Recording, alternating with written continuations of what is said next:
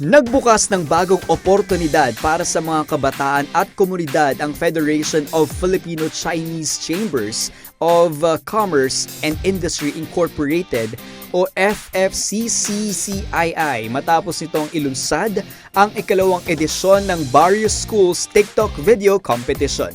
Layunin ng kompetisyon na maibahagi ng mga kalahok ang mga inspirasyonal na kwento kung paano nakatulong ang mga paaralang itinayo ng organisasyon sa pagbabago ng buhay ng mga estudyante at sa pag-unlad ng kanilang komunidad.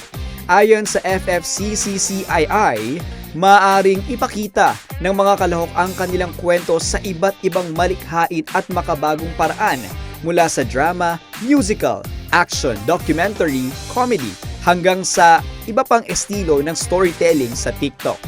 It's my great pleasure to welcome you to the launching of our TikTok video competition.